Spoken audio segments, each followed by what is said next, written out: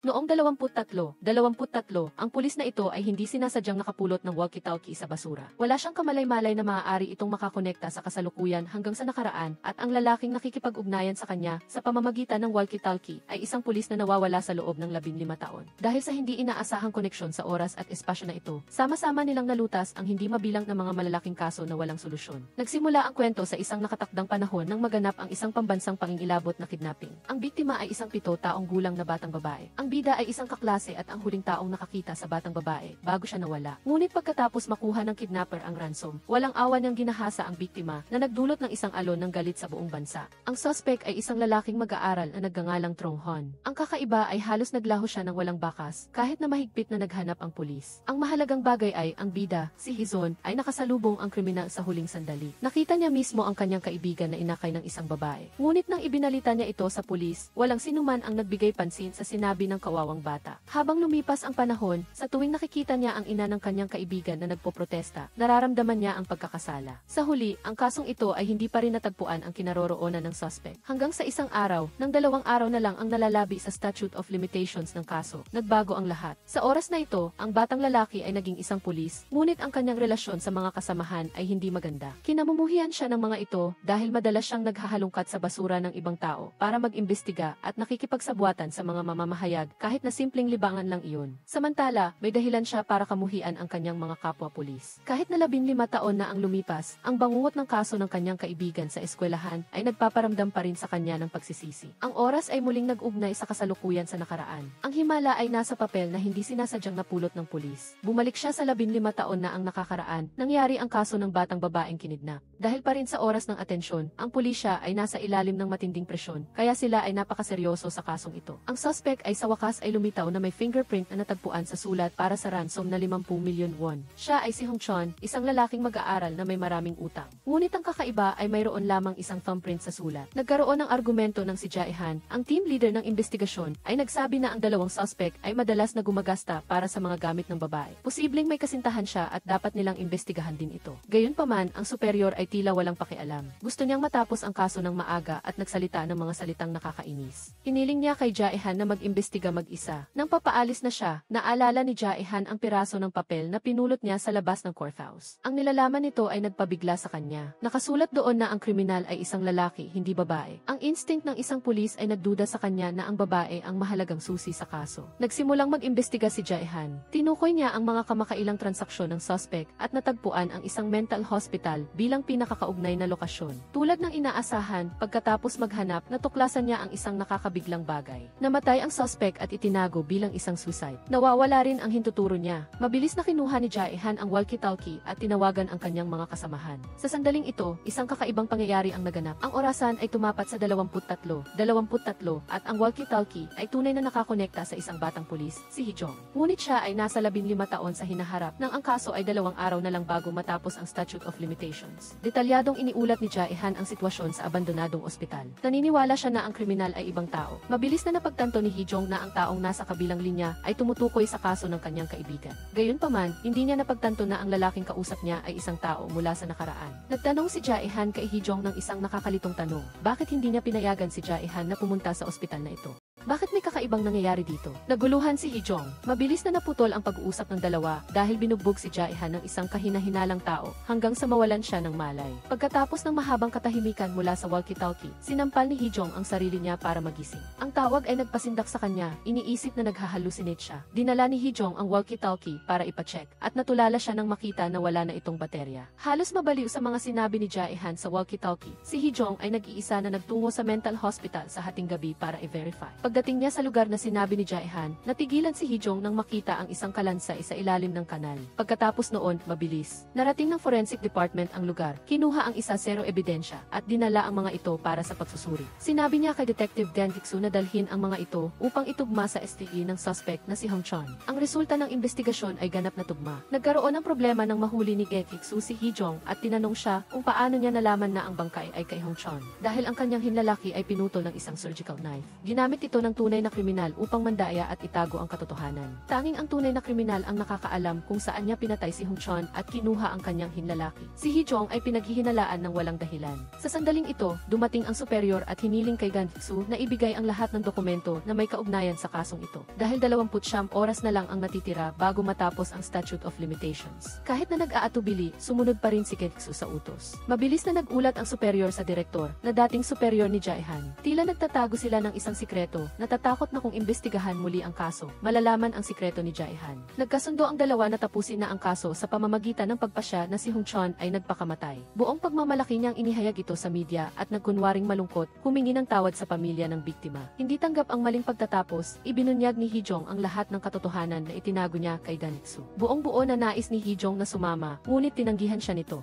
Sinabi niya na hindi siya magiging pulis. Gayunpaman, pareho silang hindi makalabas dahil napapaligiran sila ng mga reporter. Dahil sa desperadong sitwasyon, humarap si Hee Jong sa mga reporter at idineklara na siya ang unang nakatuklas sa bangkay ni Hong Chon. Inilabas din niya ang kumpletong paglalarawan ng suspect na nakita niya noong bata pa siya. Siya ay isang 35 taong gulang na nurse sa Sanji Mental Hospital na bihasa sa paggamit ng surgical knife. Ang balitang ito ay nagdulot ng gulo. Si Hee Jong ay nagbigay ng hamon sa kriminal habang nagdudulot din ng kaguluhan sa mga tiwaling pulis. Ngunit ito ang tanging pagkakataon para magpatuloy sila sa investigasyon. Ang galit ng team leader ay umabot sa sukdulan, ngunit sa ilalim ng proteksyon ni Gan Hee-soo at pagkatapos marinig ang argumento ni Hee Jong, nagsimula siyang mag-alinlangan. Dapat ba niyang hayaan silang magpatuloy sa investigasyon? Ngunit sa panahong iyon, mayroong 100 nurse. Kailangan ba nilang imbestigahan ang bawat isa? Ngunit mariing sinabi ni Hee Jong na sa loob lamang ng 1 oras, matutukoy nila ang suspect. Ang balita tungkol sa mga katangian ng suspect ay inilabas ng napakatumpak. Tiyak na sa maikling panahon, ang kriminal ay maguguluhan at gagawa ng hindi pangkaraniwang kilos. Ang mga kapwa nurse ng kriminal ay maaaring malaman ang kanyang background at magsimulang maghinala. Ang kanilang trabaho ay maghintay ng ulat. Kalaunan, biglang tumawag sa istasyon ng pulisya ang napakaraming tawag. Ang pag-asang ito ay nagpabago sa ugali ng team leader. Siya at ang kanyang mga kasamahan ay nagpunta sa iba't ibang lugar upang mangolekta ng mga ulat. Sa oras na ito, sa isang ospital, isang nurse ang napansin ang kakaibang pag-ugali ng kanyang kasamahan pagkatapos marinig ang balita. Nagpakita siya ng takot at mabilis na umalis sa trabaho. Ngunit pagkatapos ng isang gabing pag-iisip, kinabukasan na nagulat ang nurse sa istasyon ng pulisya. Matapos halughugin ng pulisya ang locker ng nurse, mabilis silang nagpadala ng mga larawan kay Hee Jong at Gan Hee-soo. Mayroong isang kahina-hinalang peres ng sapatos at isang kalendaryo na may markang araw ng pagtatapos ng statute of limitations. Lahat ay malinaw na nagtuturo na ito ang locker ng kriminal. Lahat ay mabilis na naghanap sa kanyang mga bakas. Gayunpaman, sa oras na ito, tumatakas na siya sa busan.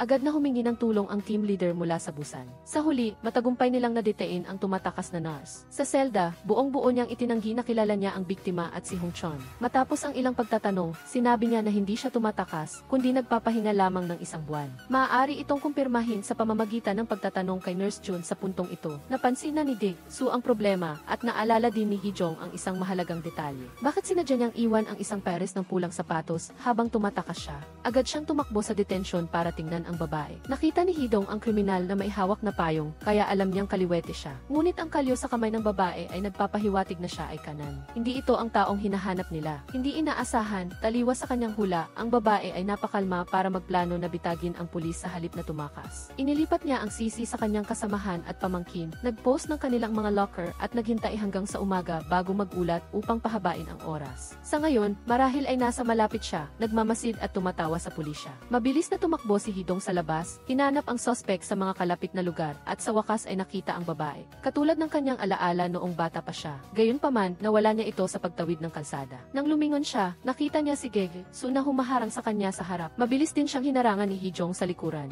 May 20 minuto na lang ang natitira sa statute of limitations. Napakatalino ng babaeng kriminal, nanahimik na lang siya habang binibilang ang bawat segundo. Kahit na ginawa ni Gan Hee-soo ang lahat, mula sa pag-udyok hanggang sa pagbabanta, ang tanging nakuha niya ay kaunting takot sa mata ng babae. Sa huli, naglabas si Gan Hee-soo ng isang alas, ang salamin ni Hong Chon. Ito ang lugar na malamang na may pinakamaraming natitirang ihi. Sinabi niya na nahanap na ng pulisya ang ihi ng kriminal doon, kahit na 15 taon o 100 taon pa man. Sinabi niya na kahit 15 taon o 100 taon pa ang lumipas, magagawa pa ring matukoy ng pulisya kung sino siya. Ngunit masyadong matalino ang babae, iniisip na hindi pa natutukoy ng pulisya ang resulta, kaya ginawa nila ito. Nagmatigas siya at hindi umamin. Sa huli, walang nagawa ang lahat kundi panoorin siyang lumabas ng mayabang sa istasyon. Sa sandaling ito, ang forensic department ay mayroon ng resulta ng pagsusuri na tumutugma sa STE ng kriminal ng 79.8%.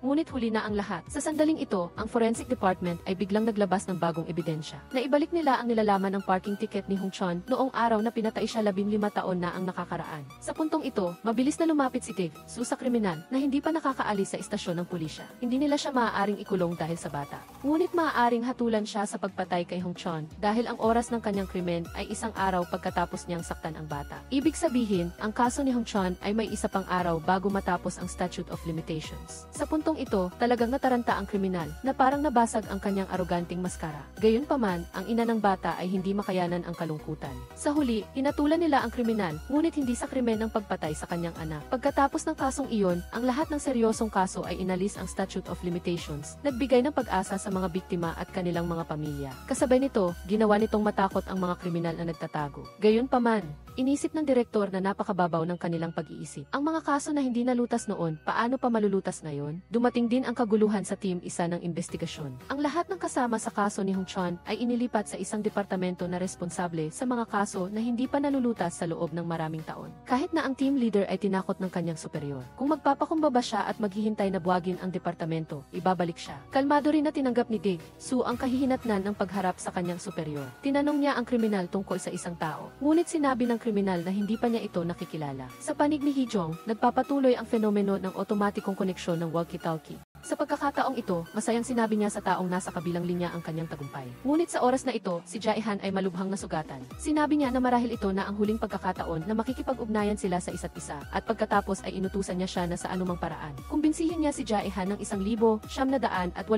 na huwag baguhin ang kanyang desisyon. Hindi pa naiintindihan ni Hee-jong kung ano ang nangyayari nang marinig niya ang isang putok ng baril na nagpagulat sa kanya. Namatay din ang walkie-talkie. Kinabukasan, dumating ang team isa sa bagong task force. Sa unang araw pa lang ng trabaho, binigyan na sila ng isang kaso mula 26 taon na ang nakakaraan. Ito ay isang serya ng mga pagpatay kung saan ang mga biktima ay nahulog mula sa taas, lahat ay kababaihan, sa parehong paraan. Si Hee-jong ay inatasan na maging profile ng koponan. Gayunpaman, hindi siya gusto ng lahat at hindi sila gaanong nagtitiwala sa kanyang kakayahan. Kahit nang umalis ang team leader, nag-away-away sila. Samantala, dahil gustong patunayan ni Hee-dong ang kanyang kakayahan, nag-isa siya sa gabi para mag-imbestiga. Bigla niyang naaalala si Police Officer Jae-han at ang walkie-talkie. Matapos alisin ang lahat ng posibilidad, tatlong Jae-han ang posibleng tao. Samantala, pumunta si Gengasu sa isang watch store. Ang matandang lalaki ay kilala bilang ama ni Jae-han. Ibinahagi niya ang tungkol sa serye ng mga pagpatay sa siyam na babae. Lumabas na ito ay isang kaso na dating inasikaso ni Jae-han. Sinabi niya sa kanyang ama na kahit na hindi niya nahuli ang kriminal, ngunit sa hinaharap mayroong gagawa nito para sa kanya. Sa panig ni Hee-jong, ang walkie-talkie ay muling kumonekta kay Jae-han sa tamang oras. Ang oras na ito ay eksaktong nang hinahanap niya ang ikapitong biktima. Matapos marinig ang lokasyon ng paghahanap mula kay Jae-han, hindi sinasadyang nasabi ni Hee-jong na ang bangkay ay natagpuan sa isang kawayan. Ang ikawalong lokasyon ay ang istasyon ng tren. Gayunpaman, bago pa man makarating sa ikasyam na lokasyon, namatay na ang walkie-talkie. Kinabukasan, nagplano ang task force na mag-imbestiga mula sa mga pulis na responsable noong panahong iyon. Naghiwalay si Hee-jong mula sa grupo dahil alam niyang hindi siya gusto ng mga ito. Ipinahayag niya na gagawin niya ang kanyang sariling paraan. Ngunit biglang binigyan siya ni Dik Hee-soo ng isang tumpok ng mga larawan at dokumento para pag-aralan. Ito ay parang isang tahimik na pahayag. Sa pakikipagtulungan sa kanya, pagkatapos ng pag-uusap sa walkie-talkie, ang sinabi ni Hee-dong ay nagbigay ng pag-aalinlangan kay Jae-han. Posible bang mayroon pang ikawalo at ikasyam na biktima? Sinabi niya ito sa kanyang superior at sinigawan siya. Ngunit dahil nagdududa, pumunta pa rin siya sa riles ng tren para tingnan. At doon nga, nakita niya ang isang babae na nakatali at nakahiga sa tabi ng riles. Nagulat si Jae-han nang biglang bumukas ang mga mata ng babae. Sa parehong sandali, ang litrato ng ikawalong biktima sa kamay ni Hee-jong ay biglang nagbago na nagulat sa kanya. Ang resulta ay ang ikawalong biktima sa notebook ni Tig Su ay nagbago rin sa pagbagsak ay hindi nagtagumpay. Nataranta si Hee-jong at tinanong ang kanyang kasamahan kung binago niya ba ang nakasulat sa board. Ngunit ang natanggap niya ay isang malinaw na ekspresyon na may kasamang pahayag, ang ikawalong biktima ay maswerteng nakaligtas. Walang paliwanag para sa kabaliwan na ito dahil tanging si Hee-jong lang ang nakakaalam na ang resulta ay nagbago lang kamakailan. Mabilis na tumakbo si Hee-jong palabas. Pumunta siya sa police chief na namamahala sa lahat ng bagay. Sino ang mag-aakala na galit pala siya kay Jae-han noon? Dahil sa kanya, nagkamali ang kanyang koponan sa pag-aresto sa suspect. Lumabas na sa oras na iyon, talagang nailigtas ni Jae-han ang ikawalong biktima at dinala ang suspect sa istasyon. Ngunit ang suspect na iyon ay hindi ang kriminal at namatay pa siya sa istasyon ng pulisya. Kaagad pagkatapos mamatay ang suspect, natagpuan ang susunod na biktima. Nang babalaan ni Hee-jong si Jae-han tungkol dito sa walkie-talkie, ang buong grupo ay kinamuhian si Jae-han dahil sa insidenteng ito. Dahil sa kanyang pagkakamali, napunta sa kulungan ang team leader at ang tunay na kriminal ay nagkaroon ng oras upang saktan ang biktima. Gayunpaman, ang bilang ng mga biktima ay nananatili sa siyam. Ang oras lamang ang mas mabilis at iba ang lokasyon ng krimen. Nang napagtanto na ang tawag ay maaaring magpabago sa nakaraan, determinado si Hee-jong na gamitin si Jae-han upang iligtas ang mga biktima bago pahuli ang lahat. Kinabukasan, ang buong grupo ay nag-usap tungkol sa bagong tuklas ni In-soo. Sinabi niya na ang mga biktima ay may isang karaniwang punto na madalas silang umuuwi sa pamamagitan ng bus number 75 sa gabi. Nagbigay si Hee-jong ng isang makatuwirang argumento. Posible na sa kaso ng ikawalong biktima na hindi namatay, ang kriminal ay hinabo ni Jae-han kaya sumakay siya sa bus. Ibinilis niya ang pagpatay sa mga susunod na biktima dahil nakita ang kanyang mukha ng isang tao sa bus. Ngunit ang argumentong ito ay agad na tinanggihan ng kanyang senior dahil noon ay may isang tao na may kaparehong hinuha sa sinabi niya, si Jae-han. Gayunpaman, dalawa pa rin ang nakaligtas sa bus na iyon, ang driver at isang babae. Sinabi nilang dalawa na walang sinuman ang sumakay sa bus noon.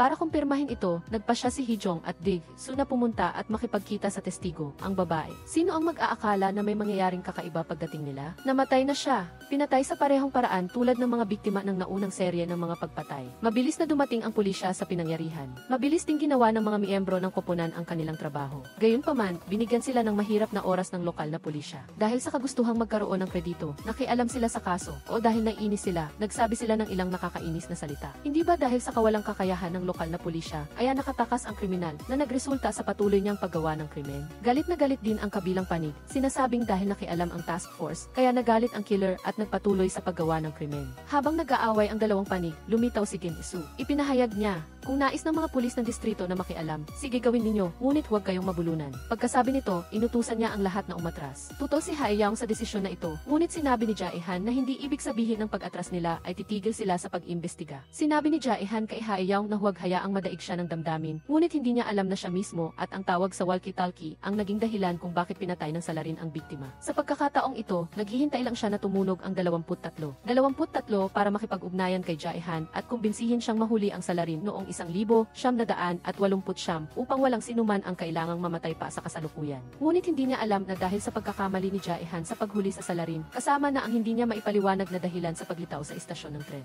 Nang gabing iyon, ikinulong siya ng kanyang mga kasamahan sa isang selda. Nang tumawag si Hae-young, sinabi niya kay Jae-han ang tungkol sa susunod na biktima, kasama ang lugar at oras ng krimen. Halos mabaliw si Jae-han dahil ang biktima ay ang babaeng matagal na niyang lihim na minamahal. Sumigaw si Jae-han na gusto niyang lumabas sa detention room at nagmakaawa pa nga na bigyan siya ng isang tawag sa telepono, ngunit walang pakialam ang kanyang mga kasamahan. Sa huli, pagkatapos ng isang gabing paghihintay, nabigo si Hae-young dahil kinabukasan, nanatili sa whiteboard ang parehong impormasyon tungkol sa biktima. Habang nagpapakita ng kawalan ng pag-asa si Hae-young, biglang nagpakita ng kagalakan si Soo-hyun. Mayroon siyang inside connection, kaya hawak niya ang mahalagang susi sa kasong ito. Ito ang salarin noon na nagtali muna bago nahulog ang biktima, ngunit sa pagkakataong ito, pinatay muna ang biktima bago ito itinali. Gayunpaman, ang buhol sa kasalukuyang kaso at sa nakaraan ay magkapareho na nagpapatunay na ang salarin sa pagkakataong ito ay may kaugnayan sa naunang kriminal. Sa sandaling mahuli siya, mabubuksan ang pangunahing susi sa sunod-sunod na kaso. Agad na ibinigay ng forensic staff ang ebidensya na nahanap niya sa pinangyarihan.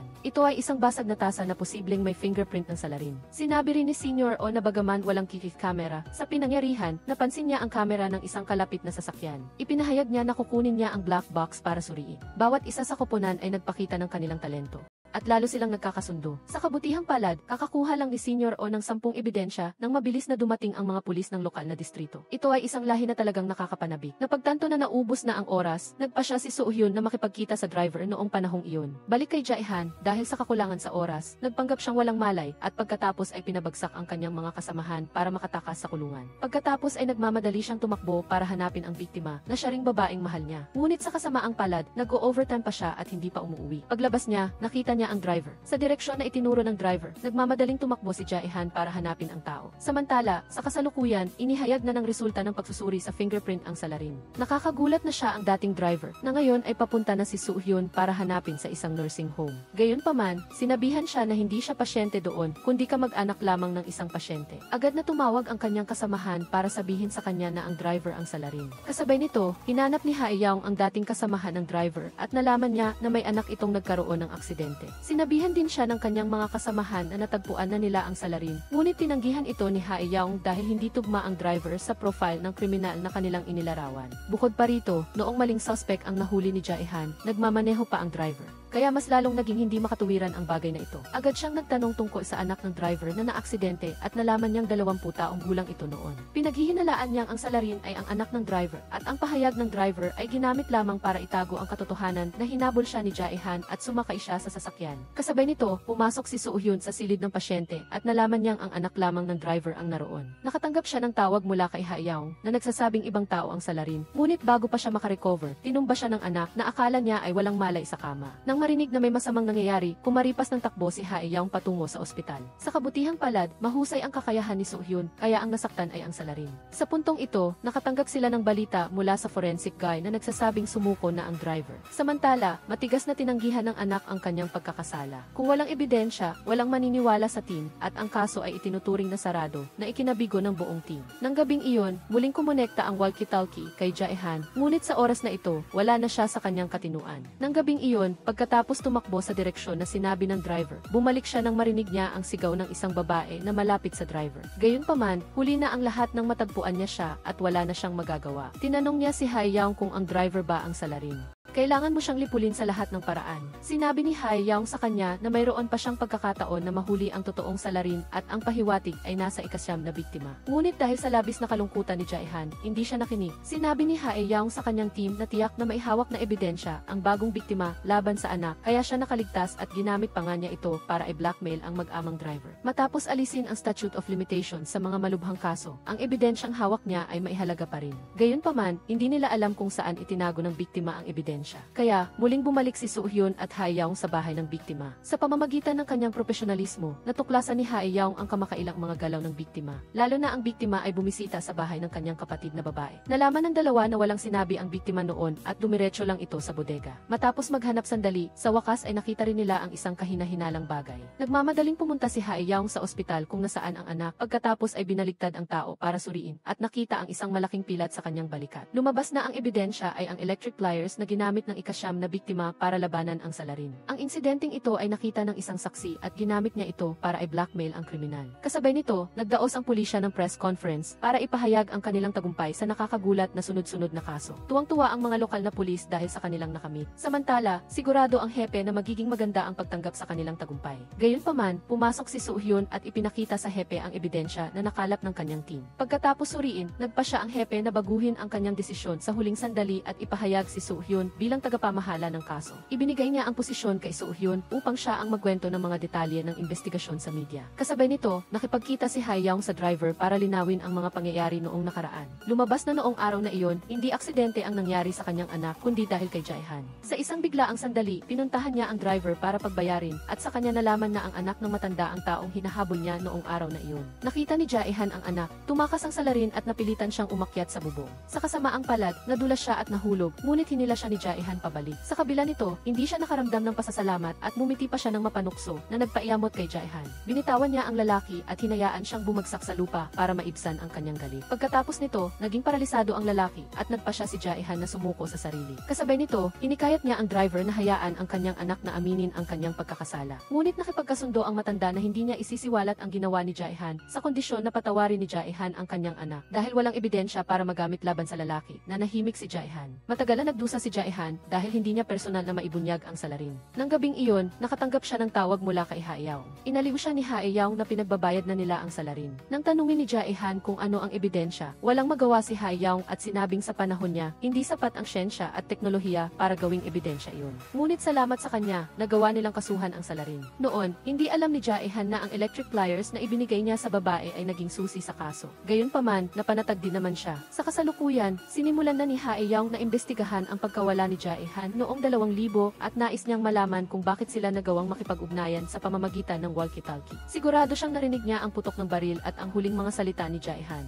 Noong iniimbestigahan ni Han ang kaso ng pagkawala ng kanyang kaklase, pinuntahan niya ang team leader para magtanong ng karagdagang impormasyon tungkol kay Jae-han at ang dahilan kung bakit siya tinanggal sa posisyon. Nalaman na ang pagkawala ay nasa ilalim ng panloob na investigasyon. Ang paghahanap ni Hae Young para sa impormasyon tungkol kay Jae-han ay nagpapaduda sa team leader at sinabi niya ito sa hepe. Ang bagay na ito ay masyadong kakaiba dahil walang anumang koneksyon si Hae-young kay Jae-han. Nag-usap ang dalawa na bantayan ang mga galaw ni Hae-young. Siguradong may kakaiba sa bagay na ito. Matapos ang halos isang linggo, nagkaroon ng senyales na may koneksyon ang walkie-talkie. Samantala, 6 na taon na ang nakalipas sa panig ni Jae-han, ibig sabihin ay 1,975. Nag-imbestiga siya noon sa isang malaking kaso ng pagnanakaw. Ang pinaghihinalaan ay isang kakilala niya. Ang taong ito ay nakulong na dati at sa panahong iyon, inalagaan ni Jae-han ang kanyang anak na babae. Kaya nang makalaya siya, naging maganda ang relasyon nila. Tinuring din siyang tunay na tiyuhin ng kanyang anak. Sa pag-uusap na ito sa walkie-talkie, hiniling ni Jae-han sa kasalukuyang Hee-jong na bigyan siya ng mga pahiwatig tungkol sa pagnanakaw. Ngunit hindi pa rin nalulutas ang kaso. Di inaasahang sa pamamagitan lamang ng ilang pahiwatig mula sa kanya. Kinabukasan, nagising si Hee-jong at nalaman na ang nakaraan ay nagbago ng sobra at ang pangyayaring ito ay nagpatuloy hanggang sa hinaharap. Sa wakas, natagpuan din ang salarin sa kasong iyon. Siya pa rin si Kumpa, ang magnanakaw na kakilala ni Jae-han. Matapos magtanong sa mga kasamahan, nalaman niya na matigas na tinatanggihan ng magnanakaw ang kanyang pagkakasala, kaya ikinulong siya ng 25 taon. Ngayon ay nakalabas na siya sa bilangguan. Dahil ang mga resulta ay mabilis na nagbago, nagpunta si Hae-young sa isa pang magnanakaw na nagretiro na, upang magtanong tungkol sa master thief na si Jung Han-ki. Nalaman niya na siya ay isang alamat sa kanilang mundo, na may napakagandang at malinis na trabaho. Ngunit nang bumalik siya, agad siyang naging sanhi ng isang nakakagulat na kidnapping, dahil ang biktima ay ang anak ng isang kandidato sa pagkapangulo. Nagkagulo ang istasyon ng pulisya. Ang paunang pagtatasa ay ang salarin ay si Jung Han-ki at ang motibo ay pera. Ngunit biglang tumutol si Hae-young. Sinabi niya na sa maingat at mabilis na pamamaraan ng lalaki, hindi maaaring mag-iwan ng ganoong karaming mga bakas tulad ng mga fingerprint. Ang layunin niya ay maaaring ang buhay ng biktima. Gayunpaman, ang sinabi niya ay nagpagalit sa kanyang superior. Pinagsabihan si Hae-young ng team leader. Ipinaliwanag din sa kanya ni So-hyun na sa ganitong trabaho, ang bawat pahayag ay dapat may kasamang resulta at hindi lamang haka-haka. Upang patunayan ang kanyang argumento, nag-isa si Hae-young na mag-imbestiga sa bilangguan kung saan nakakulong noon ang master thief. Nalaman niya na nagkaroon ito ng psychological trauma na may kinalaman sa apoy. Ang dahilan ay dahil namatay sa sunog ang kanyang anak noong naganap ang pagbagsak ng Han River Bridge. Nais ni Jung Han-ki na malaman ang eksaktong sitwasyon noon.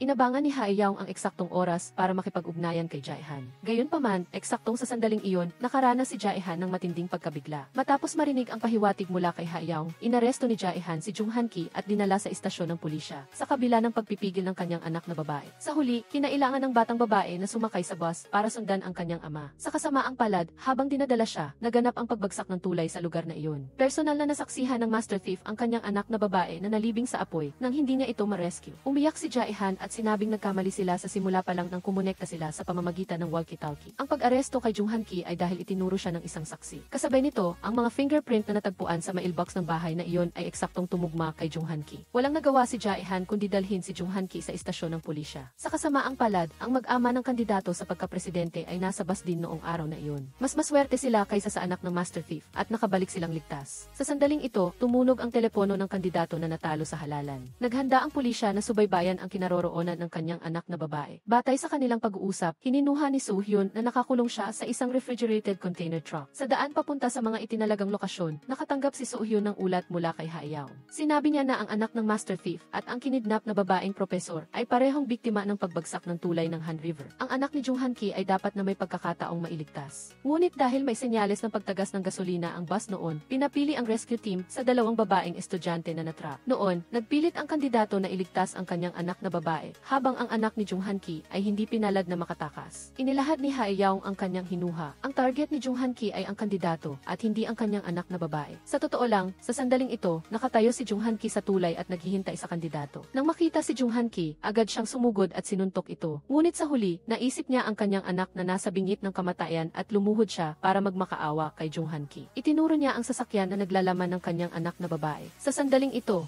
tumakbo din si Park Hae-young sa tulay at kinontrol si Kim Bam-ju, pero tumingin siya sa truck at ngumiti ng kontento. Sa oras ding iyon, nabuksan ni Cha So-hyun ang kandado, pero walang lay sa loob. Tanging si Park Hae-young lang ang nakakita na may mali. Galit siyang tumakbo patungo kay Cha So-hyun, pero sa huli, may malakas na pagsabog. Nawala ng malay si Park Hae-young. Nang magising siya, laking gulat niya nang makita si Cha So-hyun na nakahiga sa stretcher at dinadala papalayo. Nagulat ang kanyang mga kasamahan dahil kanina lang, ginagawa pa niya ang kanyang tungkulin, pero ngayon, wala na siya. Ang super thief, mula sa simula pa lang, ay hindi talaga balak saktan ang babaeng propesor. Ang target niya ay ang kandidato. Sobrang nagsisisi si Park Hae-young. Kung mula sa simula pa lang, hindi siya nakipag-ugnayan sa pamamagitan ng walkie-talkie. Kaya hindi mangyayari ang ganito at walang inosenteng tao na madadamay. Sa huli, upang itama ang kanyang pagkakamali at bilang huling pagkakataon na maibalik si So-hyun, nagpasya siyang lutasin ang malaking kaso ng pagnanakaw sa nakaraan. nakaraan. Naalala ni Hae-young ang payo ni Soo-hyun na huwag hayaang madaig ng emosyon ang lohika. Kailangan niyang hanapin ang katotohanan ng kaso bago muling kumonekta ang walkie-talkie. Nakita ni Senior Oh na masyado pa ring abala si Hae-young sa pagnanakaw noon, kaya ibinigay niya sa kanya ang detalyadong file ng kaso. Napansin ni Hae-young ang isang kahina-hinalang punto. Sa lahat ng 4 na pagnanakaw, ang mga saksi ay ang mga anak na lalaki at silang lahat ay mga anak ng mga pamilya na ninakawan. Pareho silang nag-aaral sa iisang paaralan. Nang sabihin niya ang mga natuklasan na ito kay Jae-han.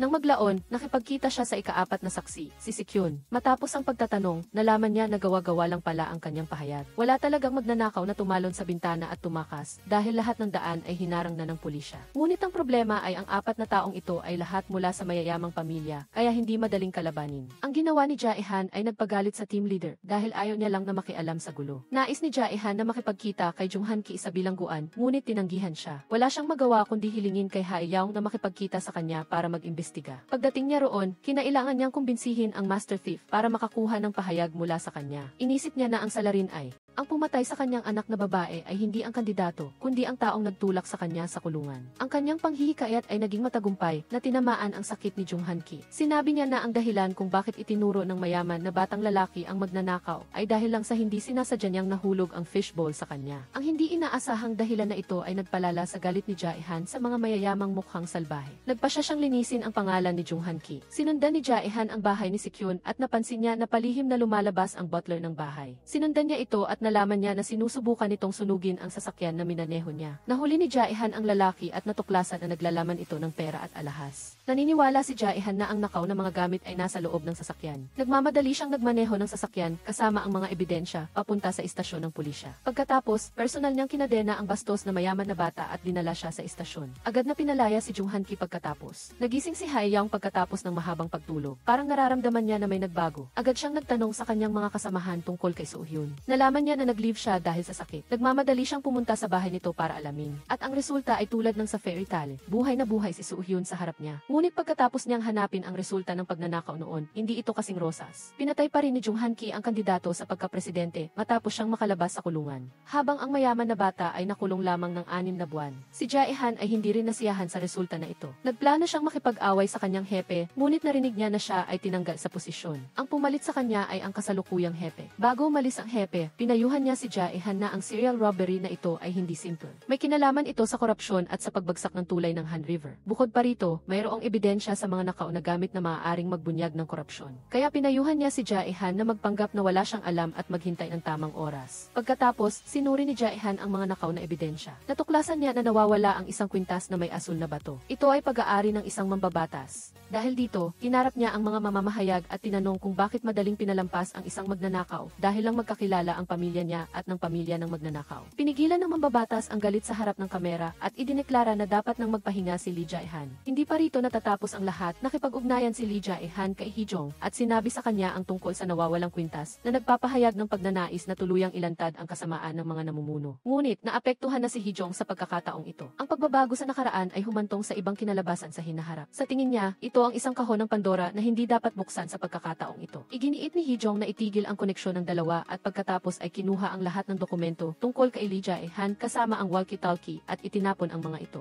Hindi niya inaasahan na makikita ng team leader ang kanyang ginawa. Napansin niya na ang walkie-talkie ay pag-aari ng kanyang dating kasamahan, si Jae-han. Upang makumpirma na ang walkie-talkie na may mukhang nakangiti ay kay Jae-han, pinuntahan niya si Soo-hyun para mag-usap tungkol sa nakaraan. Kasabay nito, inihayag niya sa kanya na hindi lang siya ang naghahanap kay Jae-han, kundi si Hae-young din ay nag-imbestiga sa kanya. Ang bagay na ito ay masyadong kakaiba dahil wala silang anumang koneksyon para si Hae-young ay halughugin ang istasyon ng pulisya para maghanap ng mga dokumento tungkol sa kanya. Nagmadali siyang makipagkita kay Hae-young para tanungin siya, ngunit bigla siyang naabala. Ang lalaking ito ay parang kilala si Soo-hyun sa kanyang alaala. Pumunta rin siya kasama ang isa pang lalaking pulis na si Che-han. Nang marinig ang pangalang ito, biglang naitanong ni Hee-jong, "Kilala mo si Lee Cha-han?" Ngunit agad niyang pinagsisihan ang sinabi. Kahit na sinubukan niyang ipaliwanag na nagkamali siya sa pagkakakilanlan dahil sa parehong pangalan, lalo lang niyang ginawang mas kahina-hinala si Hong-soo. Ang lalaki ay nagpunta sa espesyal na team ng kaso ito dahil alam niyang may kakayahan silang lutasin ang mga kasong 15 taon na ang nakakaraan. Ang kanyang asawa ay isang aktres na namatay 20 taon na ang nakakaraan. Ang sanhi ng kamatayan ay tinukoy na pagpapakamatay. Natagpuan ang asawa sa ilalim ng lawa, ngunit ang katawan ay napinsala at hindi na makilala. Ang teknolohiya noong panahong iyon ay hindi pa umuunlad para makapagsagawa ng testing sa biktima. Hanggang sa isang araw, hindi niya sinasadyang makita ang isang babae sa paborito niyang coffee shop. Ang babaeng ito ay kamukha ng kanyang namayapang asawa. Ibinigay ng lalaki ang 2 litrato na may parehong anggulo na nagpapakita na halos iisang tao lang sila. Hindi siya naniniwala na patay na ang kanyang asawa, kundi nagtatago lamang ito sa hindi malamang dahilan. Hindi inaasahan, kasama rin sa kwentong ito ang anino ni team leader Chehan. 20 taon na ang nakakaraan, ang babae ay pumunta sa isang pawn shop at ibinenta ang isang asul na batong kwintas na nawala sa isang nakaraang pagnanakaw. Nagpunta si Chehan sa tindahan at sa pamamagitan ng kamera, nakakita siya ng isang floppy disk na nakatago sa loob ng kahon ng kwintas, ngunit kinuha na ito ng babae. Ang pag-iisip sa ebidensya ng korupsyon na sinabi ng dating team leader na siya ay madismiss, agad na hiniling ni Chehan ang contact number ng babae. Ngunit sa kasamaang palad, peke lang ito. Sa kawalan ng pagpipilian, nilapitan niya ang kanyang junior na si Hongsu. Noong panahong iyon, baguhan pa lang siya sa trabaho, kaya madali siyang utusan. Tinuruan niya si Hongsu na baguhin ang huling 2 numero ng telepono para mahanap ang tunay na numero ng babae. Di nagtagal, natagpuan talaga ni Hongsu ang numero. Sa 100 numerong iyon, 5 lang ang may anak na babae na nasa 20 ang edad. Mukhang ipinagmamalaki ni Hongsu ang kanyang nagawa sa buong araw, at tila lihim na pinupuri ni Chehan ang kanyang katalinuhan. Ngunit nang makarating sila at makipag-usap ng direkta sa mga pamilya, nalaman ng dalawa na pumanaw na ang babae. Sa ganitong paraan, naputol ang lead. Sa kasalukuyan, naramdaman ng espesyal na team na napakawalang saysay ng kwentong ito. 20 taon na ang nakakaraan, ngunit sa anggulo ng 2 litrato, magkamukha pa rin sila. Si Hongsu lang ang matyagang gustong lutasin ang kaso. Agad na tinanong ni Hee-jong kung bakit nila hinanap ang babae noon. Nang marinig ang sagot na dahil sa isang asul na batong kwintas, naalala agad ni Hee-jong ang sinabi ni Chehan sa walkie-talkie. Nagpasya siyang imbestigahan ang kasong ito, ngunit dahil sa mahabang panahon, halos walang bakas. Walang nakuha si Ten Chacha mula sa ate, dahil sinunog na lahat ang mga personal na gamit ng namatay. Bumalik sa nakaraan, pumunta si Chehan sa lugar kung saan madalas na nagtitipon ang babae kasama ang kanyang mga kaibigan. Nang imbestigahan niya ang grupo ng mga kaibigan, sinabi sa kanya ng manager na isa sa mga lalaking mayaman sa grupo ay ang salarin sa malaking pagnanakaw noon. Bago pumanaw ang aktres, bumalik pa siya sa lugar na ito para kunin ang isang bagay. Malamang na ang asul na batong kwintas iyon. Balik sa kasalukuyan, ang cold case team ay pumunta sa coffee shop sa litrato para mag-imbestiga. Pagkatapos magmasid, napansin agad ni Hongsu ang isang libro sa public shelf. Iyon ang librong hawak ng babaeng kamukha ng aktres. Nang tanungin, nalaman nilang hindi iyon pag-aari ng tindahan, kundi naiwan lang ng isang customer. Mabilis silang kumuha ng fingerprint mula doon. Ang resulta ay nakakagulat. Ang fingerprint ay tugma sa babaeng sinasabing pumanaw na 20 taon na ang nakakaraan. Sa paghihinala na tinutulungan ng pamilya ang aktres na magtago, sinundan nila ang ate. Ngunit wala silang nakitang kakaiba. Ang lahat ay tugma sa pahayag ng ate. Ang kanilang ina ay nagpapagamot ng liver cancer at kakauwi lang nito mula sa liver transplant ilang araw na ang nakakaraan. Walang anumang kahina-hinala sa kanilang mga transaksyon sa bank account. Sa kabilang dako, pumunta ang bida upang makipagkita sa dating manager ng aktres. Sa simula, ayaw nitong makipagtulungan. Ngunit nang mahuli ang kanyang mga masamang gawain, sinabi niya ang lahat. Lumabas na siya ang utak ng lahat. Ipinapakilala niya ang mga babae para paglingkuran ang mga mayayamang lalaki. Kasama sa kanila ang anak ng mayamang pamilya na nagnakaw noon. Nang makita niya ang magandang aktres na nagpapakita ng kalinisan, hindi niya napigilan ang sarili at dahil din sa epekto ng droga, hinilan niya ang aktres sa isang silid at inabuso. Ngunit hindi niya alam, kinuna ng video ng kanyang mga kaibigan ang ginawa niya at ginamit ito para takutin at utusan siya. Kaya naman, nagnakaw siya pagkatapos. Dahil hindi niya alam kung alin sa 3 bahay ang kinaroroonan ng video, ninakaw niya ang lahat. Pagkatapos ay ginawa niya itong parang ordinaryong pagnanakaw at kinuha ang maraming mahahalagang bagay, kabilang na ang asul na batong kwintas. Nang marinig ito, galit na galit ang bida. Lahat ay kagagawa ng walang hiyang mayaman na lalaki. Tiyak na dahil sa asul na batong kwintas kaya nangyari ang aksidente sa aktres. Ibinigay ni Hee-jong ang impormasyon kay Hongsu sa telepono. Ipinangako niyang hindi na makakapamuhay ng mapayapa ang walang hiyang lalaking iyon. Samantala, pinuntahan ni Hongsu ang asawa ng aktres. Tinanong niya ito tungkol sa asul na batong kwintas, ngunit walang nakakaalam kung nasaan ito. Hindi sinasadya, nalaman niya na pumunta rin dito si Chehan at nalaman na ang aktres ay may matalik na kaibigan. Ngunit sa libing ng aktres, hindi ito dumalo at pagkatapos ay umalis patungong Germany. Kamakailan, bumalik na ito sa Korea. Naalala ni Hong-soo ang librong nakalimutan ng customer sa coffee shop na nasa wikang German. Pagkatapos, inimbestigahan niya ang hotel kung saan nanatili ang matalik na kaibigan. Ang resulta ay nakakagulat para kay Hong-soo. Ang dahilan kung bakit siya nagtago ng 20 taon at bumalik ngayon ay dahil sa liver transplant ng kanyang ina. Mabilis na pumunta siya kasama ang kanyang kasamahan sa ospital upang kumpirmahin. Sa silid para sa mga donor ng organ, nakita nilang lumabas ang ate ng aktres. Dahil sa kahina-hinalang kilos ng ate, naging tiyak si Hong-soo sa kanyang hinala. Mabilis siyang pumasok sa silid at sinabi, "Sa wakas, nagkita rin tayo, Jae-hee." O mas tama yatang sabihin, Jae-hee. Sa puntong ito, napilitang umamin ang aktres na siya ay nabuhay sa katauhan ng kanyang matalik na kaibigan sa loob ng 20 taon.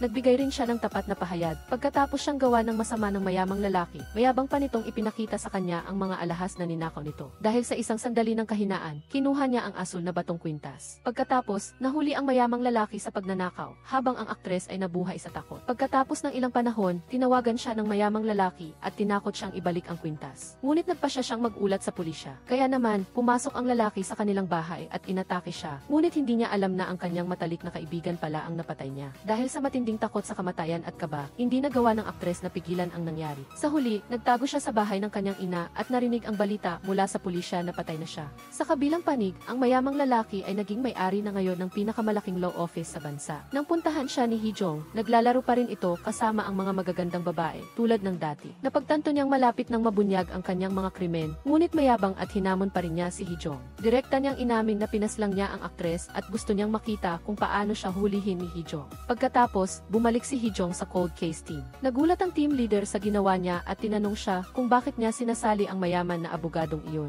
Ngunit sinabi ni Hong-soo na ginawa ni Hee-jong ang sinabi niya. Sinasabi nilang iniimbestigahan nila ang pagpapakamatay ng aktres at mayroon na silang bagong tuklas. Nabagong muli ang resulta ng investigasyon at napatunayan na pinaslang ang babae. Kasabay nito, humingi rin si Hong-soo ng search warrant para sa abogado. Hindi pumayag ang team leader dahil walang matibay na ebidensya. Kaya naman, inilabas ni Hong-soo ang isang audio tape na naglalaman ng buong pangyayari noong araw na iyon. Nakuha ang ebidensyang ito dahil hindi sinasadyang naiwan ng aktres na bukas ang voice recorder pagkatapos mag-practice. Nang makita ito ng ate niya habang naglilinis, itinago niya ito dahil sa takot na mabunyag ang pagkakakilanlan ng kanyang kapatid. Wala nang nagawa ang team leader kundi pumayag. Ngunit kinagabihan, lihim niyang kinontak ang direktor at ang abogado at ipinakita sa kanila ang ebidensyang nakuha ng cold case team. Ang abogado, galit ang abogado dahil hindi makontrol ng direktor ang mga tauhan nito. Nagpakita siya ng pagiging superior nang utusan niyang siya ang bahalang mag-ayos ng ebidensya, habang ang direktor naman ang bahala sa testigo. Kung hindi nila maayos, magkakaalaman sila. Pagkatapos nito, ipinatawag ang abogado sa istasyon ng pulisya para tanungin. Bagamat sinabihan siya ng direktor na huwag sundin ang summon mula sa cold case team, dahil sa kanyang pagiging mayabang, naisip niya na kung ganun na lang ang gusto ng mga ito, papagbigyan niya sila. Naisip pa nga niya na dudurugin niya si Hee-jong. Sa interrogation room, itinanggi niya ang ebidensya at sinabing hindi ito kapanipaniwala. 20 taon na ang nakakaraan, paano malalaman kung ang tape ay nakuha mula sa silid ng aktres?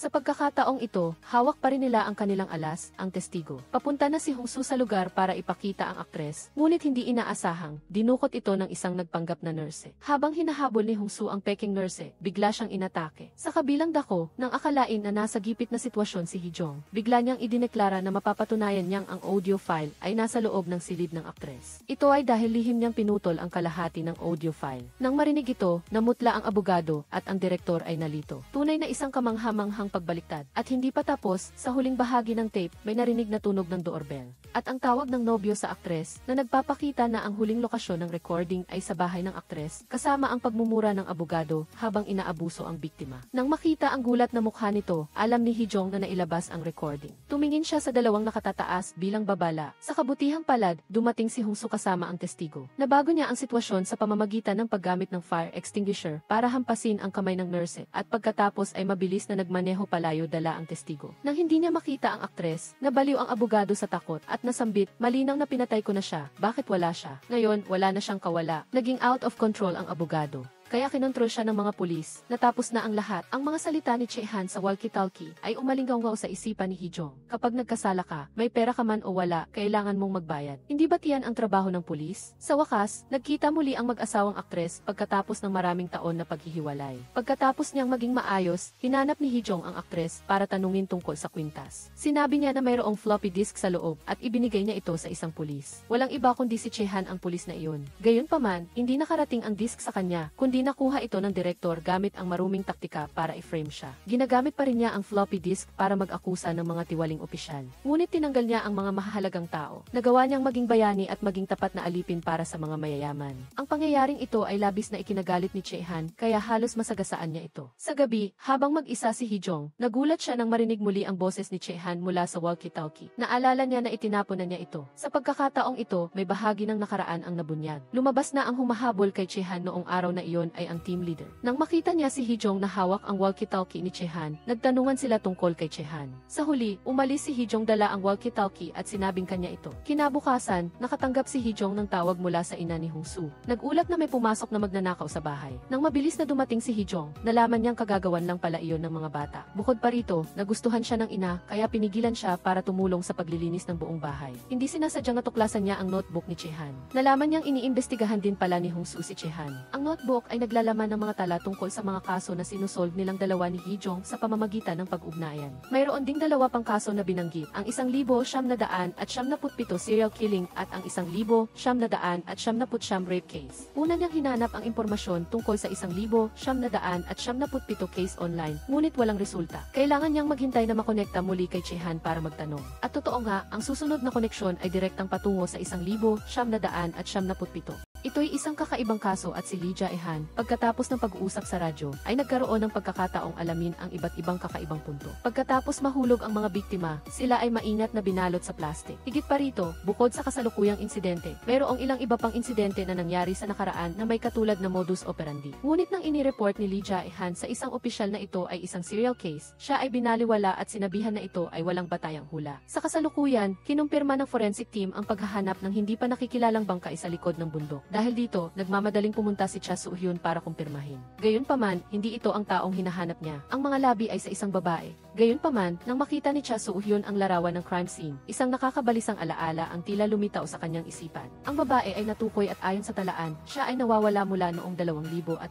Matapos magsagawa ng panimulang investigasyon mula sa mga kamag-anak, nalaman na ang biktima ay isang introvert, hindi madalas makihalubilo sa labas, at nagkaroon pa ng postpartum depression. Nang marinig ito, bahagyang nataranta si Cha Soo-hyun dahil ang mga katangian ng biktima ay tumutugma sa kaso noong 1,900 at 71. Balik sa kaso noong taon na iyon, nang tumugma ang mga katangian sa pagitan ng mga biktima na tahimik, mahilig magsuot ng headphone at makinig sa malungkot na musika, si Lee Jae-han ay nagpagod sa loob ng ilang araw upang mag-imbestiga. Ngunit walang masyadong resulta, nagpasya si Cha Soo-hyun na magpanggap bilang isang babae na may katulad na katangian sa mga biktima. Ang resulta ay talagang napansin siya ng salarin. Gayunpaman, masyadong mapanganib ang ginawa niyang paglalagay sa sarili sa isang pasibong sitwasyon. Ginamit ng salarin ang maliit na aso para bitag at dalhin si Cha Soo-hyun sa bahay. Nang magising siya, sinubukan niyang makatakas, ngunit natakpan ang kanyang paningin ng plastic bag baliw si Cha Soo-hyun na tumakbo palabas, ngunit hindi niya matukoy ang direksyon. Sa huli, nabagok ang kanyang ulo sa dingding at nawalan siya ng malay. Sa kabutihang palad, nalaman kaagad ni Lee Jae-han na hindi pa siya nakakauwi. Agad siyang tumakbo upang hanapin siya at sa kabutihang palad ay nakita siya sa tamang oras. Bagaman ligtas siya, nag-iwan ito ng malalim na psychological trauma kay Cha Soo-hyun. Sa panig ng bida, pagkatapos ng isang gabi ng pag-aanalisa batay sa lokasyon kung saan natagpuan ang mga biktima, hinulaan niya na maaaring may marami pang biktima, kaya't iminungkahi niya sa kanyang superior na palawakin ang saklaw ng paghahanap. Sa katunayan, marami pang ibang biktima ang natagpuan na may kabuuang 9 na tao. Ang lahat ng ito ay naging isang kahindik-hindik na kaso. Mabilis na isinagawa ang isang pulong. Kinumpirma ng pulisya ang pagkakakilanlan ng 8 biktima at ang kanilang mga impormasyon. Tanging ang ika-9 na biktima ang hindi pa natutukoy. Inaasahang ito ay isang kaso na may mabigat na responsibilidad. Hindi nag-atubili ang hepe na ibigay ang mainit na patatas na ito sa Cold Case Squad. Tuwang-tuwa siyang makita ang buong koponan na mapahiya at mapintasan.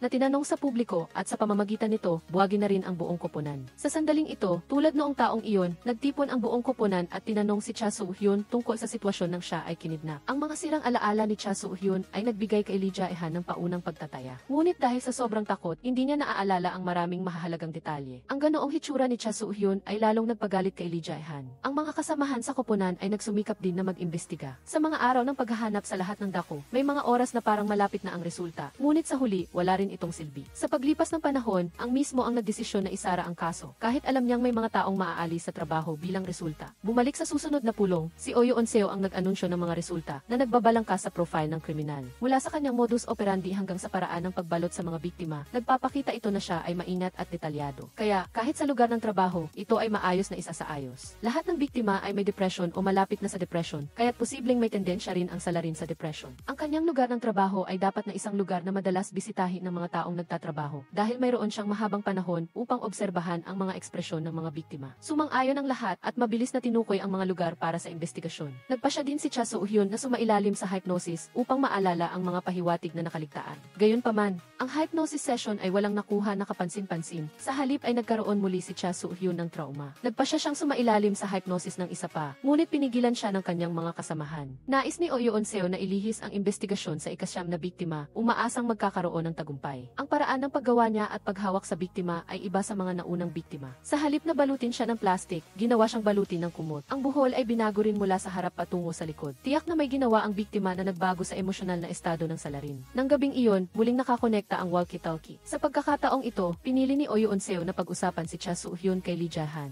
Sinabi niya na siya na ngayon ang pinuno ng Cold Case Squad. Ang pagkarinig ng kaunting balita tungkol sa kanya ay nagbigay kay Lee Jae-han ng bihirang sandali ng kaligayahan at pagmamalaki. Hindi niya inaasahan na ang pinakabatang miyembro ng koponan ay magiging pinuno. Pagkatapos, pinayuhan siya ni Oh Yeon-seo na bigyan siya ng suporta dahil sa psychological trauma na dinanas niya dahil hindi malalaman ng mga tao ang iniisip niya. Nang nais ni Lee Jae-han na malaman ang kanyang sitwasyon sa hinaharap, biglang namatay ang walkie-talkie. Tungkol sa ikasyam na biktima, pagkatapos niyang mapansin ng salarin, ang mga aksyon nito ay hindi sinasadyang nagdulot sa kanya na magkaroon ng damdamin. Nang hindi sinasadyang makita niya siya, binigyan niya siya ng mga regalo. Nang umulan, nag-alala siya na mabasa siya, kaya't sinundan niya siya na may dalang payong. Ang mga aksyon ng babae ay nagdulot ng mag-alala at maging unstable ang kanyang isipan. Gayunpaman, ang trauma mula sa pagiging binaliwala ng kanyang ina sa nakaraan ay lalong nagpagulo sa kanyang isipan. Sa huli, nagpa siya pa rin siyang gawin ang krimen. Nagpa siya ang Cold Case Squad na pumunta sa mga tinukoy na lugar at magsagawa ng malalim na investigasyon. Nag-aalala si Oh Yeon-seo na iwanan si Cha Soo-hyun mag-isa, kaya't nagpa siya siyang sundan siya, ngunit tinanggihan siya nito. Nagpunta siya sa isang pabrika, ang pinakamataong lugar sa lugar na iyon, at nagtanong tungkol sa partikular na oras upang makita kung may nawawala sa panahong iyon. Bigla na lang, binanggit ng isang empleyado ang isang tao na may eksaktong mga katangian na inilarawan ni Oh Yeon-seo. Dinala siya ng babae upang tingnan ang mga bagay na naiwan ng nawawalang tao. Umalis ang babae sa trabaho ng walang paalam. Pagkatapos ay naglaho na lang. Sa tambak ng mga gamit, kinuha ni Hayaong ang isang diary. Nakasulat dito ang mga saloobin at damdamin ng babae at ang kwento tungkol sa isang lalaking laging nakasubaybay sa kanya mula sa likuran. Sa huling bahagi ng diary, nakasulat ang ilang pang-araw-araw na gamit. Nagpaalala ito sa kanya ng convenience store. Ipinagbigay alam ni Hayaong kay Soo-hyun at dali-daling sinuri ang mga tindahan sa lugar. Sa sandaling iyon, natigilan si Soo-hyun nang matuklasan niya na ang kalsada na tinakasan niya noon habang palapit sila sa pinangyarihan, ang mga alaala na nakalimutan niya ay nagiging mas malinaw. Nang araw na iyon, nahuli siya ng mamamatay tao. Sa kritikal na sandali, biglang narinig ang boses ni Jae-han. Kasabay nito, sa panig ni Hayaong, natuklasan din niya ang isang tindahan na may mga produkto na napakaayos ng pagkakaorganisa. Batay sa paunang pagtatasa na ang mamamatay tao ay isang maingat at detalyadong tao. Ito ang lugar kung saan siya nagtatrabaho. Walang salita, direkta niyang hinawakan ang tindero. Ngunit pagkatapos ay nalaman niya na ang taong nag-ayos nito ay ang taong nagtatrabaho sa naunang shift. Habang unti-unting pumapasok si Soo-hyun sa bahay niya, nakuha rin ni Hayaong ang address ng suspect. Gayunpaman, dahil sa takot, hindi niya mapanatili ang kanyang kalmado. Sa sandaling ito, may isang anino na biglang dumating sa likuran niya at sumigaw, "Anong ginagawa mo? Nananahimik ka at tinatakot ako hanggang sa mamatay." Si Jae-han pala ay nakarating din sa lugar sa tamang oras. Ngunit sa oras na ito, hindi na naririnig ni Soo-hyun ang sinasabi niya. Matapos siyang makontrol,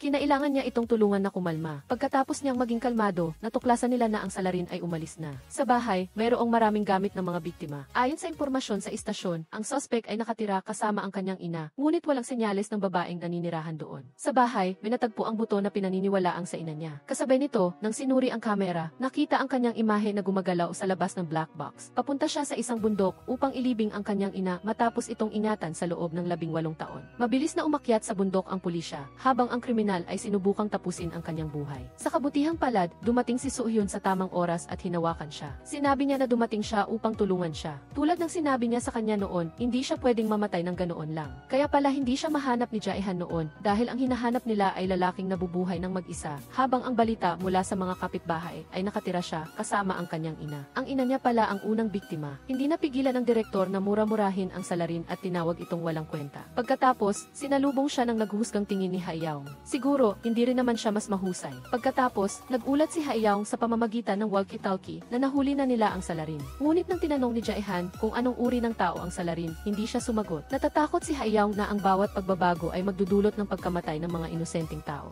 Sa huli, sa kabila ng kawalan ng magawa ni Jaihan, iniwan niya ang isang huwag sumuko bago ibaba ang telepono. Ngunit kinabukasan, nagbago ang note. Tila nagkaroon ng ibang wakas ang kwento. Naisip ni Jaihan, paano kung hindi nag-iisa ang salarin at nakatira kasama ang pamilya? Dahil sa pagsisikap na ito, nakaharap niya ang salarin malapit sa bahay nito. Pagkatapos, nagbago ang kinabukasan. Matapos ang mga biktima noong 1,991, ang natitirang mga biktima ay nakaligtas sa isang mahiwagang paraan. At ang salarin ay nahuli ng maaga at inilipat sa isang espesyal na pasilidad para sa mga taong may problema sa pag-iisip. Napagtanto ni Haiyaong ang isang bagay, hanggat buhay ka, mayroong pag-asa. Ang tanging kaso na natitira ay ang sa estudyanteng babae noong 1,999 nang kumonekta ang walkie-talkie. Totoong taong 1,999 na. Sinabi niya kay Jaihan na dapat siyang tulungan na imbestigahan ang salarin sa kasong ito dahil may malaking kaugnayan ito sa kanyang buhay. Partikular, noong 1,999, isang suicide note mula sa isang estudyanteng babae ang biglang lumabas sa internet.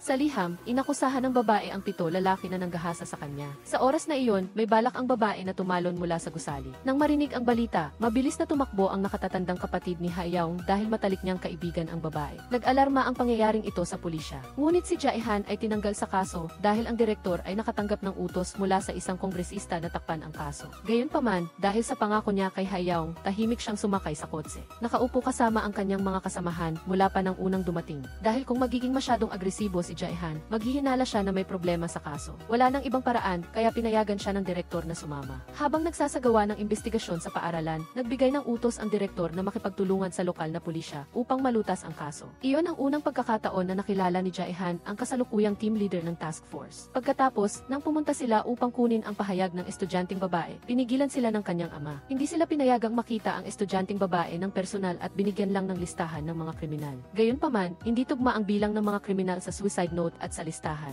Kaya naman gusto ni Jaihan na kumuha ng pahayag ng direkta mula sa batang babae. Kaya, pumasok siya ng walang pahintulot at nag-iwan ng calling card na ikinatakot ng batang babae. Galit na itinapon ng ama ng batang babae ang calling card. Nakita ito ng kapatid ni Haiyaong. Kahit na nakuha na ni Jaihan ang mga pahayag ng karamihan sa mga saksi, kabilang ang mga kaklase at mga taong nakatira sa malapit, nag-aalala pa rin siya tungkol sa pagiging totoo ng mga pahayag ng mga saksi. Kinabukasan, habang nag-imbestiga, bigla siyang nakatanggap ng isang package na personal na ipinadala sa kanya. Nang buksan niya ito, nakakita siya ng isang litrato ng 7 lalaking estudyante na sakto sa suicide note ng estudyanteng babae na nagbabanggit ng 7 lalaking gumawa ng masamang gawain. Ito ay nagdulot ng pagdududa sa kanya. Bumalik sa kasalukuyan, inilantad ang isang bahagi ng buhay ng team leader. Lumabas na mayroon siyang anak na babae na nasa ospital, ngunit ngayon ay nasa critical na kondisyon. Sa loob ng maraming taon, ang direktor ang nagbayad ng lahat ng gastos sa ospital para sa batang babae. Ngunit ngayon, nag-abiso ang team leader sa kanya na iniimbestigahan muli ni Haiyaong ang kaso ng estudyanteng babae na nilapastangan noong 1,999.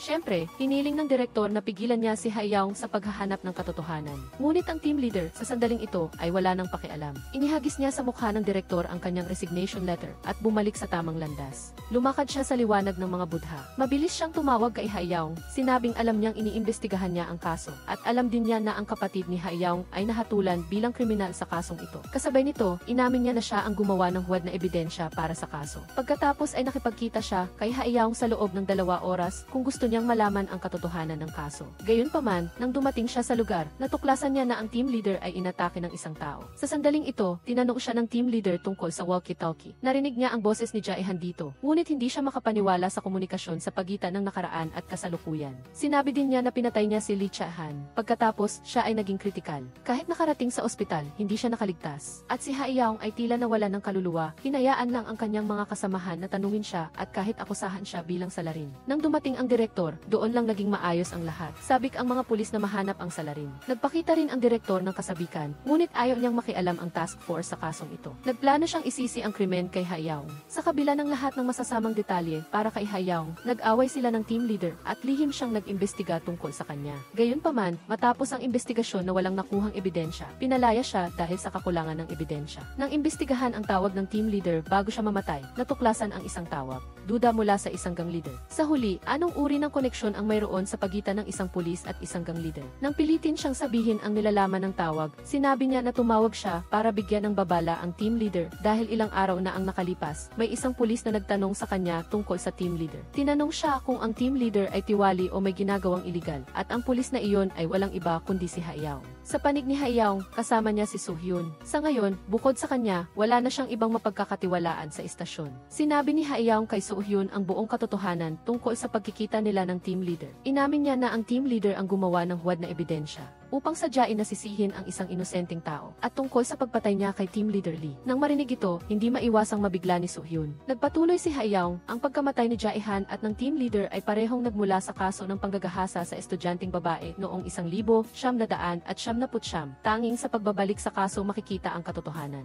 Bumalik sa nakaraan, hinanap ni Jae-han ang mga record ng 7 lalaking estudyante sa litrato. Natuklasan niyang sila ay mga miyembro ng student council at may magandang reputasyon sa paaralan. Gayunpaman, natuklasan niya na sa 7 lalaki, pagkatapos ng pangyayari, nagpakita sila ng kakaibang pag-ugali tulad ng pagliban sa klase o pag-ospital. Agad niyang pinagtanong ang batang may mahinang pag-iisip. Ibinunyag niya na nakita niya ang estudyanteng babae ng araw na iyon dahil dinala siya doon ng kapatid ni Hayaw. Hiniling ng kapatid niya na hayaan siyang manatili sa kanila ng isang beses sa isang linggo para mag-aral dahil walang matutuluyan ang babae. Pagkatapos, tinanong pa siya ni Jae-han, ngunit lumabas ang ama ng lalaki at pinutol ang pag-uusap. Sinamantala rin ng direktor ang pagkakataon na tapusin ang interogasyon. Samantala, dinala naman ni Hayaw si Soo-hyun sa kanilang bahay at pinag-usapan ang kaso ng estudyanteng babae. Lumabas na matagal na niyang iniimbestigahan ang kasong ito dahil sa kanyang kapatid. Sa isang pagkakataon na nakita niya ang dating kaklase ng kanyang kapatid, nalaman ni Hayaw na ang guon na nagsilbing saksi para ipahamak ang kanyang kapatid ay sinabi sa kanya na ang pulis mismo ang nag-udyok sa kanya na gawin iyon. Dahil dito, sinundan niya ito upang takutin siya na bumalik sa korte upang itama ang kanyang pahayag. Ngunit sa huli, binugbog siya ng husto. Ayaw ni Soo-hyun na makialam pa siya sa kasong ito dahil isa siyang suspect at mahirap kumilos. Sa halip, hiniling niya na magtiwala siya sa kanya dahil siya ang gustong malutas ang kasong ito higit sa sinuman. Bukod dito, ang kanyang kapatid ay nahatulan bilang salarin dahil ang 7 estudyante ay sabay-sabay na nagturo sa kanya.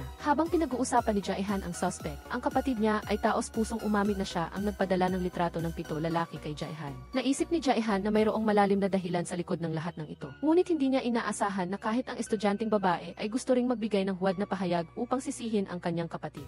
Kahit na pumasok si Jae-han upang hikayatin siya na pag-isipan itong mabuti dahil makakaapekto ito sa kinabukasan ng kanyang kaibigan na pinakamabait sa kanya, sa huli, nagbigay pa rin siya ng pahayag upang sisihin ang kanyang matalik na kaibigan. Lahat ay nasa walang pag-asa na sitwasyon. Bumalik sa kasalukuyan, nakita ni Hayaw ang guon na pumunta sa istasyon upang magbigay ng pahayag. Bigla niyang nakita na ang kotse na sinasakyan nito ay lumabas din sa pinangyarihan ng kaso ng pagkamatay ng team leader. Nagpasya siyang pumunta sa bahay nito kasama si Soo-hyun upang mag-imbestiga. Nag-isip si Hayaw kung bakit ang isang bahay na walang nakatira ay hindi pa rin ibinebenta. Pagkatapos magtanong sa kanilang mga kasamahan, nalaman nilang pumunta rin dito si Jae-han. Pagkatapos maghanap sa loob ng ilang sandali, nagulat silang dalawa na tinagla nila ang isang bagay na madalas nilang nakikita, isang kalansay. At sa tabi nito, may isang pulis A na may pangalang Lee Jae-han. Hindi makapaniwala at nasaktan si Soo-hyun. Ang pinakamasakit marahil ay ang oras ng forensic examination. Mabilis ding dumating ang ama ni Jae-han. Sa wakas ay natagpuan din ang taong ito, ngunit tanging malamig na buto na lang ang natira. Nahihiya siyang nagpasalamat kay Soo-hyun dahil ibinalik niya ang kanyang anak doon.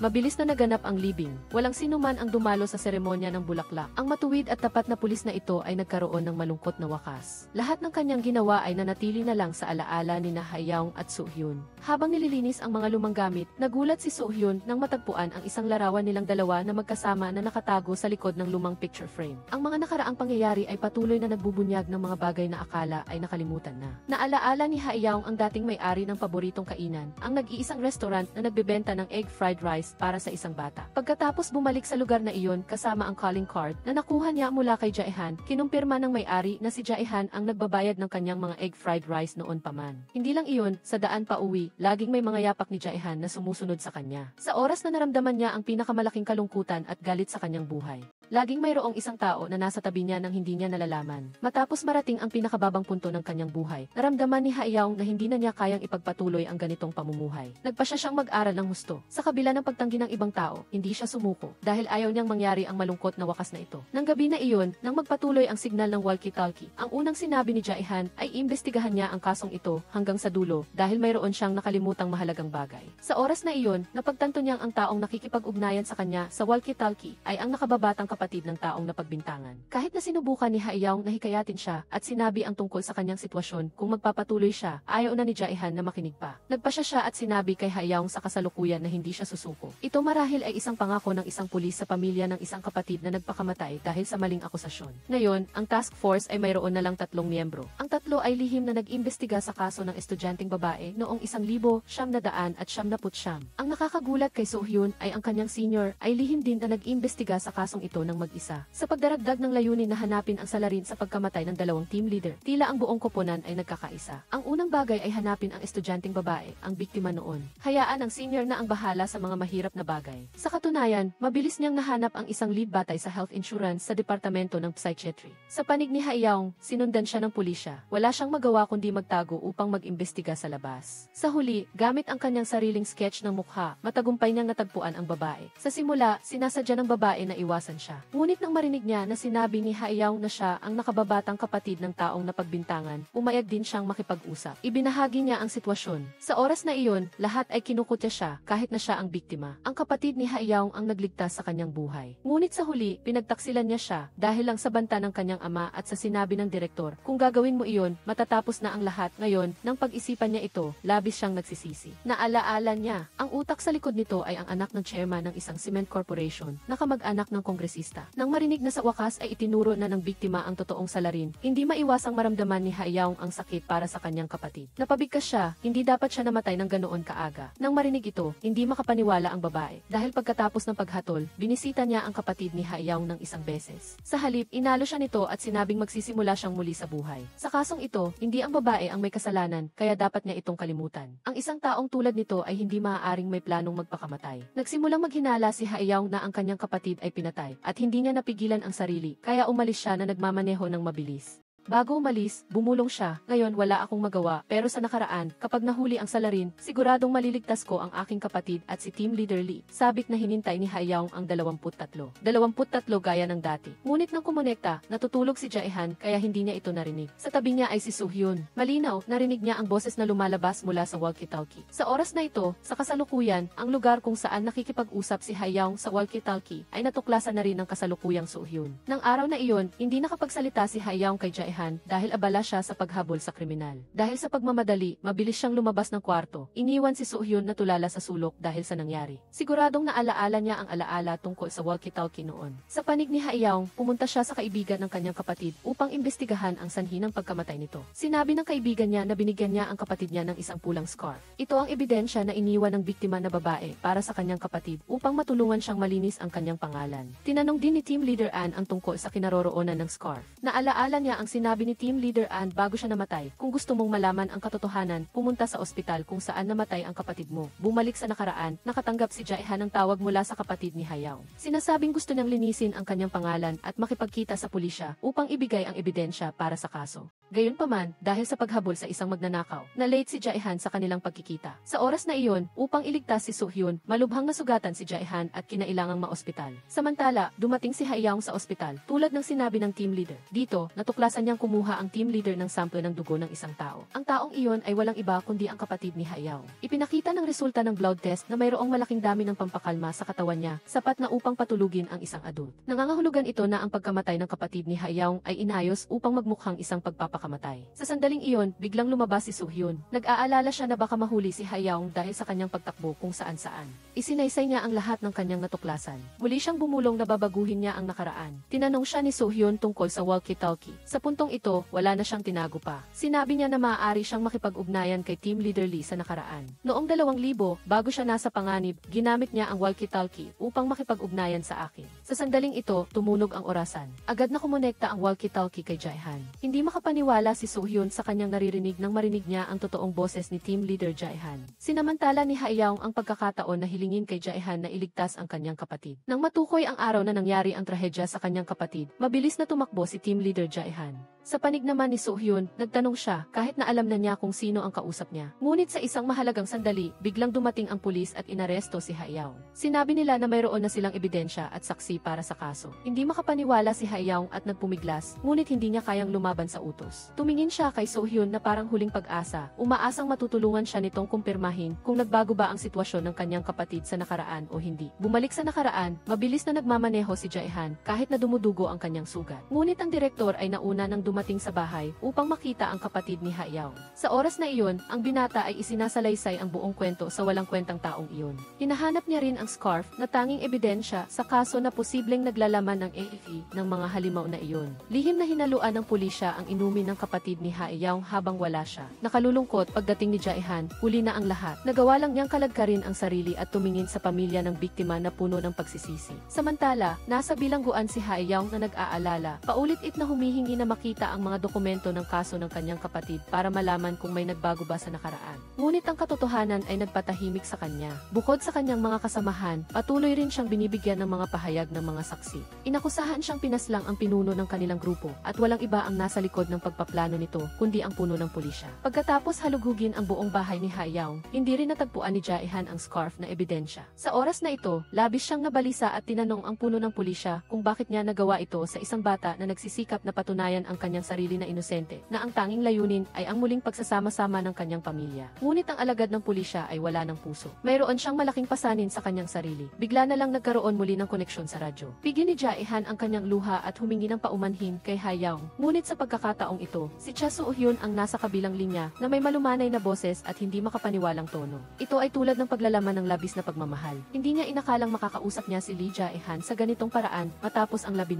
taon. Sinumbatan niya si Lee Jae-han dahil pinaghintay siya ng 15 taon ngunit namatay din sa huli. Wala nang masabi si Lee Jae-han maliban sa manahimik. Sa huli, naaalala ni Cha Soo-hyun ang sinabi ni Hayaw. Pinayuhan niya si Lee Jae-han na sa Agosto 3, huwag siyang pupunta sa Sanjeev Psychiatric Hospital. Matapos sabihin ang mga salitang ito, nawala na rin ang koneksyon sa radyo. Pagkatapos ng gabi ng pag-uusap na iyon, nagdesisyon si Lee Jae-han na lumipat ng trabaho. Marahil dahil nakita na niya kung gaano siya naghirap na maghintay sa kanya sa hinaharap, nagdesisyon si Lee Jae-han na umalis sa lalong madaling panahon. Samantala, kinabukasan, pumunta si Cha Soo-hyun para hanapin si Hayaw sa kulungan. Tinatanong niya kung mayroon pa bang pag-asa. Kung magbabago ang nakaraan, kahit 1% na tsansa ng kaligtasan, gagawin niya ito. Ngunit si Hayaw ay nawalan na ng pag-asa. Hindi na niya alam kung tama ba ang kanyang ginawa o hindi. Patay pa rin si Lee Jae-han at gayon din ang kanyang kapatid. Bukod pa rito, kahit pa sinabihan siya ni Cha Soo-hyun ng babala, pupunta pa rin si Lee Jae-han doon sa araw na iyon dahil sa palagay niya ay may mga pahiwatig doon. Ipinagtanggol ito ni Hayaw dahil sa unang araw na nag-usap sila, tinanong ni Lee Jae-han si Hayaw kung bakit hindi siya pinapayagang pumunta roon. May nangyayari ba roon? Ngunit sa palagay ni Cha Soo-hyun, si Lee Jae-han ay natagpuan sa bahay ng thug kaya siguradong may kinalaman ito sa kanya. Ipinahayag niya na kahit para kay Lee Jae-han o para kay Hayaw,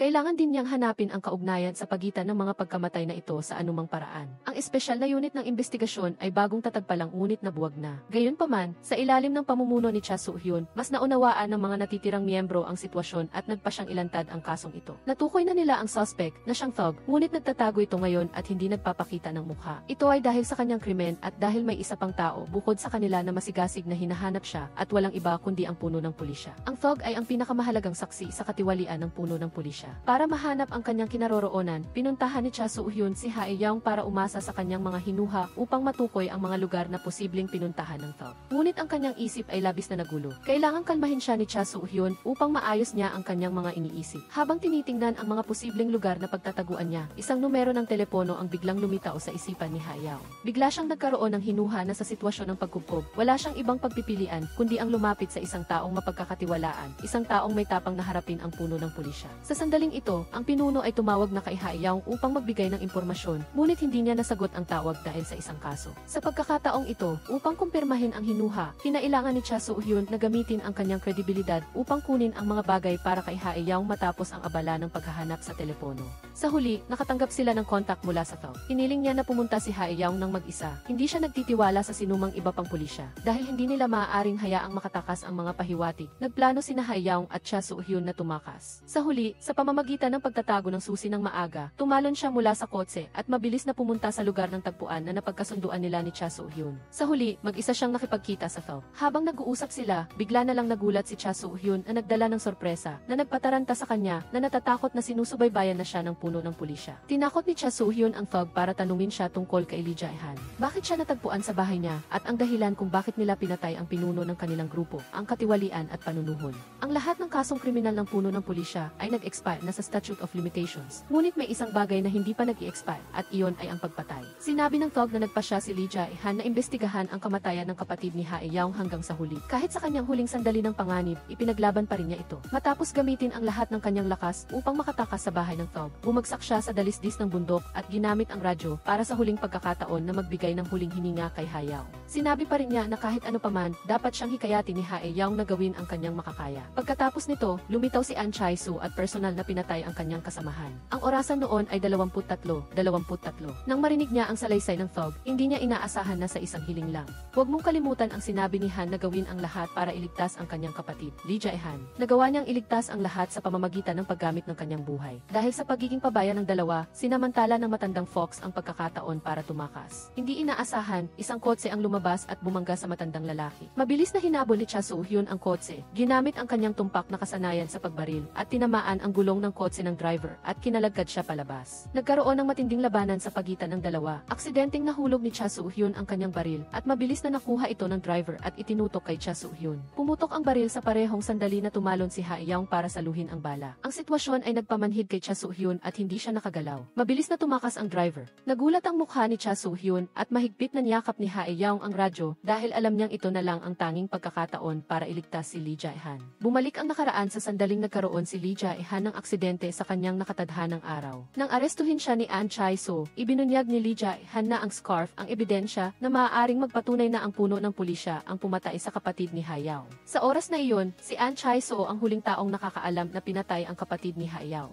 Gayunpaman, kailangan nilang arestuhin si Hae Yaung dahil nasa kanya ang scarf na ebidensya. Bakit ang scarf, na una nang nasa puno ng pulisya, ay bumalik kay Lee Jae-han? Lahat ito ay dahil sa pagsisikap niya. Nang araw na iyon, pagkatapos makaligtaan ang pagkakataon na iligtas ang bata, agad siyang pumunta sa puno ng pulisya. Pagkatapos maalala ang sitwasyon noong araw na iyon, nahinuha niya ang ruta na dinaanan ng puno ng pulisya at kung paano niya itinapon ang ebidensya. Hindi niya maaaring basta-basta itapon o sunugin ang ebidensya dahil baka may makakita sa kanya. Ang tanging paraan ng puno ng pulisya ay itapon ito bilang basura. Pagkatapos mauri at maalis ang basura, walang makakaalam kung nasaan ito. Ngunit hindi niya inaasahan na natagpuan ni Lee Jae-han ang lugar kung saan niya itinapon ito. Pagkatapos, sinundan niya ang mga bakas hanggang sa basurahan. Habang baliw siyang naghahanap ng scarf, nagkaroon siya ng swerte nang makita niya ang isang matandang babae na nangongolekta ng basura na maisuot na scarf sa kanyang leg. Pagkatapos, nagpasya siyang ipad-test ito. Ngunit lumitaw sa ospital ang anino ng alagad ng puno ng pulisya. Hindi siya nagtiwala sa sinuman kaya nagdesisyon siyang magpa-test sa ibang bansa. Pagkatapos ay lihim niyang ipinadala ang ebidensya sa New York, naghihintay sa mga resulta. Naghanap siya sa diksyonaryo para isalin ang bawat salita. Nakasulat doon na may sihi ng dalawang babae, dugo ng dalawang lalaki, at semilya ng isang hindi kilalang tao. Kung ang isang dugo ay sa kapatid ni Hae Yaung, kanino ang isa pa? Sa sandaling iyon, naaalala niya ang sandaling bendahehan ng puno ng pulisya, ang sugat sa kanyang kamay. Kung tama ang kanyang hinuha, magiging ebidensya ito na nagpapatunay na pinatay niya ang isang tao. Kaya, habang wala siya sa silid, lihim niyang kinuha ang kalahating sigarilyo nito at ipinadala para sa paghahambing.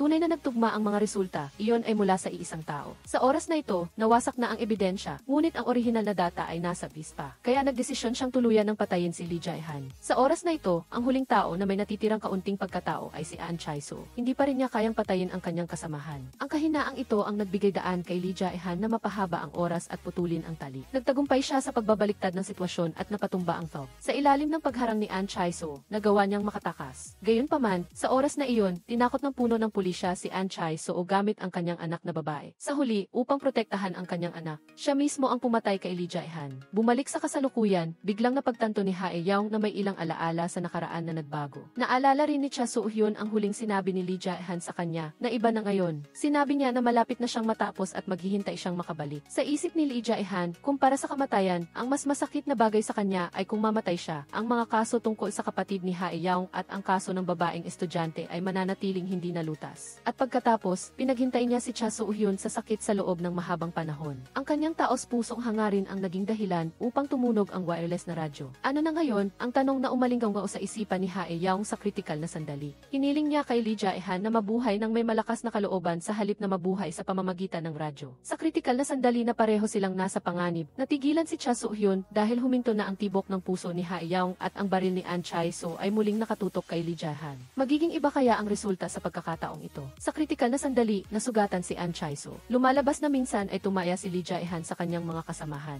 Dinala niya ang impormasyong naimbestigahan niya at nag-iwan ng hiling para sa tulong mula sa kanila bago siya dumating sa nakatakdang lugar. Ang mga resulta ay nagpakita na mayroon pa ring mga tapat na tao sa departamento ng pulisya. Gayunpaman, pinalampas nila ang puno ng pulisya. Nais ng mga kasamahan ni Lee Jae-han na dalhin siya sa ospital, ngunit nagpilit siyang pumunta sa lugar na ito. Pagdating sa harap ng bahay ni Cha Soo-hyun, lumabas siya na puno ng pag-aalala. Hindi niya inaasahan na iyakapin siya ni Lee Jae-han sa harap ng kanyang mga kasamahan na nagpapahiwatig ng kanyang pagmamahal sa kanya. Sa kabilang banda, nagising si Hae Yaung pagkatapos ng mahabang pagtulog. Ang pagbabago sa nakaraan ay nagbunsod sa kanyang milagrosong pagkabuhay. Pinili pa rin niyang maging isang pulis na may natatanging record sa akademya. Ito ay patunay na karapat-dapat si Hae Yaung na maging isang pulis, maging sa nakaraan o sa kasalukuyan. Sa kanyang alaala, dinalaw ni Lee Jae-han ang pamilya at binigyan sila ng makatarungang sagot sa kaso ng panganay na anak. Ang ginawa niya ay nagbunga ng isang tahimik na pagkabata kasama ang isang kumpletong pamilya para sa batang si Hae Yaung. Pagkatapos mapagtanto na nagbago ang nakaraan, ang unang bagay na nais gawin ni Hae Yaung ay ang puntahan ang taong iyon. Ngunit nang dumating siya sa lumang tindahan ng relo, ang impormasyong natanggap niya mula sa tatay ni Lee Jae-han ay nawawala na siya sa loob ng 15 taon. Ano ba talaga ang nangyari? Para malaman ang nangyari, mabilis niyang pinuntahan si Cha Soo-hyun. Ngunit wala siya sa istasyon ng pulisya at ang espesyal na unit ng investigasyon ay ganap na nawala na parang hindi ito kailanman nag-exist. Hindi rin siya nakilala ng kanyang mga malalapit na kasamahan. Pagkatapos na nakatakdang araw na iyon kung saan nakaligtas siya, nagkaroon si Lee Jae-han ng maikling ngunit masayang mga araw kasama si Cha Soo-hyun, ngunit mayroon pa rin siyang alalahanin sa kanyang puso. Tungkol sa kinaroroonan ng puno ng pulisya, minsan ay nakita niya ito sa isang bodega, kaya mabilis siyang nagmaneho patungo doon. Tunay na nahanap niya ito doon. Nag-away silang dalawa. Bigla, isang grupo ng mga thugs na may dalang mga stick ang lumitaw. Ang duwag na puno ng pulisya ay nagtangkang tumakas kasama ang kanyang mga ebidensya. Ngunit sa huli ay nahila pa rin siya sa labanan. Sa kaguluhan, namatay siya. Samantala, buong tapang na tumakbo palabas si Lee Jae-han na may dalang ebidensya. Ang tanging natira pagkatapos ng labanang iyon ay ang pagkawala ni Lee Jae-han, kasama ang akusasyon na siya ang salarin na pumatay sa puno ng pulisya. Nang mabasa ni Hae Yaung ang impormasyong ito sa online, nais niyang kumpirmahin ito kaagad.